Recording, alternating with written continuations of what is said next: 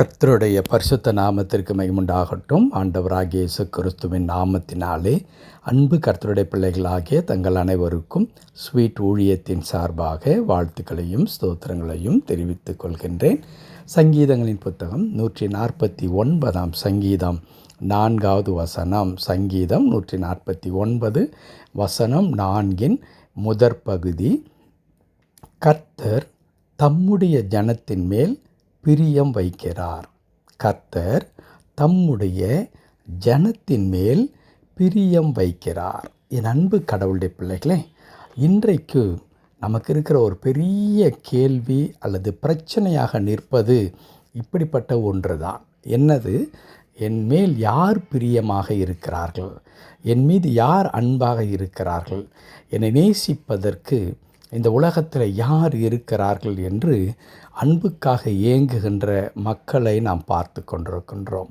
அநேக பேருடைய பொதுவான வார்த்தைகள் நான் பலரிடத்தில் நான் கேட்டிருக்கின்றேன். எனக்கு எல்லாம் இருக்கிறது, வருமானம் இருக்கிறது, நல்ல குடும்பம் இருக்கிறது, எனக்கு அரசாங்கத்தில் நல்ல பதவி இருக்கின்றது, ஆனால் உண்மையாக என்னிடத்தில் அன்பு செலுத்துவதற்கு ஆட்கள் இல்லை. என்னை நேசிக்கிறதை போல் அநேகர் இருக்கிறார்கள். அவர்களை ஆராய்ந்து பார்த்தால் அவர்களுடைய பணத்திற்காகத்தான் என்னை நேசிக்கிறார்கள். என்னிடத்தில் இருக்கிற சொத்துக்காக என்னிடத்தில் பாசமாயிருப்பதைப் போல, அன்பாக இருப்பதைப் போல காண்பித்து கொள்கிறார்கள். ஏதாவது இடத்துல கிடைக்கும் என்பதற்காக என்னிடத்தில் அவர்கள் மிகவும் பிரியமாக இருப்பதைப் போல் காண்பிக்கிறார்கள் என்று மனிதர்கள் பரவலாக இப்படிப்பட்டதான குற்றச்சாட்டுகளை வைப்பதை அல்லது பிறரை நம்பி ஏங்கி நிற்கிற காரியத்தை நாம் பார்க்க முடியும். ஆனால் என் அன்பு கடவுளுடைய பிள்ளைகளே, இங்கே கர்த்தருடைய வார்த்தை மிக அற்புதமாக சொல்லுகிறது. கர்த்தர் தம்முடைய ஜனத்தின் மேல் பிரியம் வைக்கின்றார். ஆண்டவர் தமக்கென்று தெரிந்து கொள்ளப்பட்ட தம்முடைய ஜனங்கள் யாரெல்லாம் கடவுளை தன்னுடைய எஜமானாக, ஆண்டவராக, தந்தையாக ஏற்றுக்கொண்டு அவருடைய திருக்கரத்தில் வாழ்க்கையை அர்ப்பணித்திருக்கின்றார்களோ அவர்களை கடவுள் நேசிக்கிறார் என்று எழுதியிருக்கிறது. அவர்கள் மேல் பிரியம் வைத்திருக்கிறார், அன்பு வைத்திருக்கின்றார். அவர்களை அதிகமாக ஆண்டவர் நேசிக்கின்ற ஆண்டவராக இருக்கின்றார்.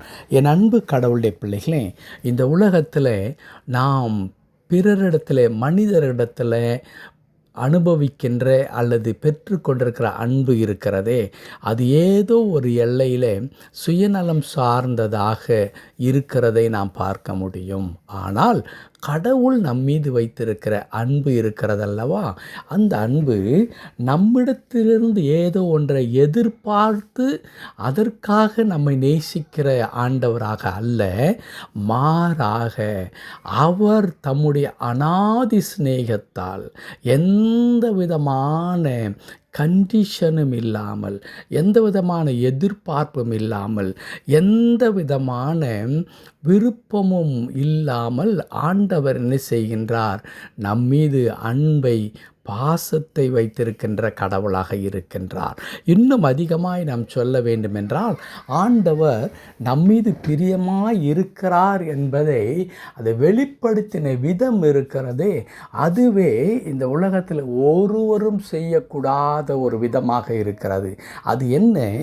தன் ஜனத்தை ஆண்டவர் நேசிக்கின்றார் என்பதை வெளிப்படுத்துவதற்காக தன்னுடைய ஒரே குமாரனை இந்த உலகத்திற்கு ஏக பலியாக அனுப்பினார். அவரை இந்த உலகத்திற்கு அனுப்பி பலியாக்கி அவர் மூலமாக தம்முடைய ஜனத்தை என்ன செய்கின்றார்? எந்த நிபந்தனையும் இல்லாமல் அவருடைய தடையாய் நிற்கிற பாவங்களை எல்லாம் ஒரு பொருட்டாக எண்ணாமல் அவை எல்லாவற்றையும் மன்னித்து தம்முடைய பிள்ளைகளாக ஆண்டவர் நம்மை சேர்த்து கொண்டிருக்கிறார். ஆகவே தான் இங்கே கர்த்தருடைய தாசன் சொல்லும் பொழுது தம்முடைய ஜனத்தின் மேல் என்று எழுதப்பட்டிருக்கிறது. இந்த தம்முடைய ஜனத்தின் மேல் என்றால் அப்பொழுது கூட ஆண்டவர் ஒருதலை பட்சமாய் அவருக்கு வேண்டியவர்கள் என்று சொல்லி மட்டும் ஒரு கூட்டத்தை சேர்த்து கொள்கிறாரா என்ற எண்ணம் நமக்கு வரலாம். இங்கே தம்முடைய ஜனம் என்று குறிப்பிடுவது என்ன? யாரெல்லாம் இந்த இரட்சகராகிய இயேசு கிறிஸ்துவை, நம்மை தேடி வந்த ஆண்டவரை, தேவனுடைய குமாரனாகிய இயேசு இந்த உலகத்தில் வந்தார். அவர் எனக்காக மரித்தார். என் பாவங்கள் அவர் சிந்தின இரத்தத்தினாலே கழுவப்படுகிறது. நான் அவரை உள்ளத்தில் என் இரட்சகராகவும் என் ஆண்டவராகவும் ஏற்றுக்கொள்ளும் பட்சத்தில் நான் அவருடைய பிள்ளையாக, கடவுளுடைய பிள்ளையாக மாறுகின்ற அதிகாரம் எனக்கு கொடுக்கப்படுகிறது என்பதை நம்பிக்கையோடு விசுவாசத்தோடு கூட ஏற்றுக்கொள்கிறார்களோ அவர்கள் கடவுளுடைய ஜனமாக மாறுகிறார்கள். அப்படி தன்னை நேசித்து வருகிற எந்த ஜனத்தையும் ஆண்டவர் வித்தியாசப்படுத்தி பார்க்கிற கடவுள் அல்லவே அல்ல. ஒருவேளை மனிதர்கள் பலவிதமான வித்தியாசங்களை, வேறுபாடுகளை நமக்குள்ளாக பார்க்கலாம். நம்முடைய குலத்தை வைத்து, நம்முடைய நிறத்தை வைத்து, நமக்கு இருக்கிறதான கல்வி தகுதியை வைத்து, பொருளாதார பின்னணியத்தை வைத்து, இப்படியெல்லாம் மக்கள் நம்மை வேறுபடுத்தி தரம் பிரித்து பார்க்கலாம். ஆனால் கடவுள் பார்வையில் எல்லாரும் சமமாக இருக்கிறார்கள். அனைவரையும் கடவுள் நேசிக்கிறார். தம்மிடத்தில் தன்னுடைய குமாரனை இரட்சகராக ஏற்றுக்கொண்டு வந்த அவர்களை ஆண்டவர் இன்றைக்கும் நேசிக்கிறார்.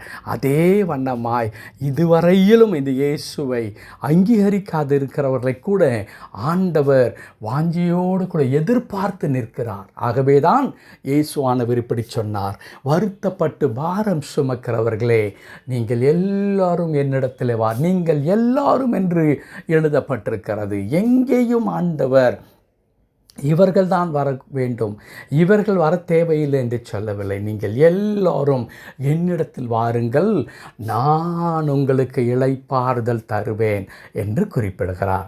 அன்பு கடவுளுடைய பிள்ளைகளே, அப்படி ஆண்டவரிடத்தில் வருகிற எவரையும் கடவுள் நேசிக்கிறார். தாவீதின் மூலமாய் சொல்லப்பட்ட இந்த அற்புதமான வார்த்தை இன்றைக்கு உண்மையாக மிகுந்த மகிழ்ச்சியை கொடுக்கிறது.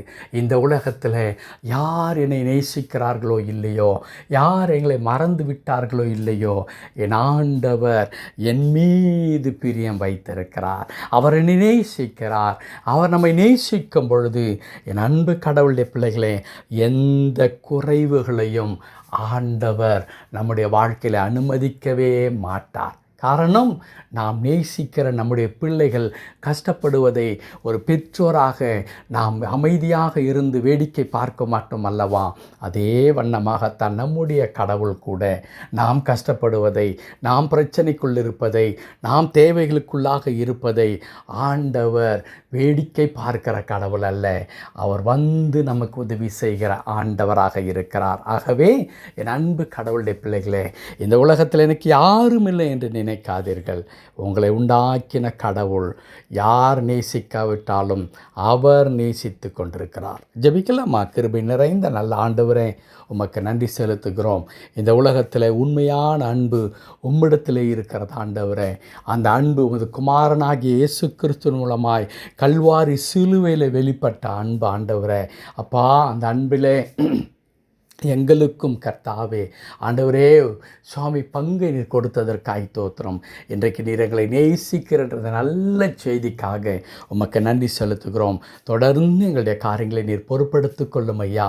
பிசாசானவன் ஆண்டவரே எங்களுக்கு கர்த்தாவே ஆண்டவரே கடவுளெல்லாம் உம்மை நேசிப்பாரா, நீர் அதற்கு தகுதியானவனா என்று சொல்லி குற்றப்படுத்தி குற்ற உணர்வுகளை கொண்டு வரும் பொழுது நாங்கள் தைரியமாய் சொல்லட்டும், இல்லை இல்லை, நான் ஆண்டவருடைய பிள்ளை, ஆண்டவர் என்னை நேசிக்கிறார், ஆண்டவர் ஒரு நாள் என் காரியங்கள் எல்லாவற்றையும் மாற்றுவார் என்ற அந்த விசுவாசத்தோடு கூட கர்த்தாவே உம்மை பற்றி கொள்ள தொடர்ந்து எங்களுக்கு கிருபை தாரும். தாழ்த்தி அர்ப்பணிக்கிறோம், பொறுப்படுத்திக் கொள்ளும்.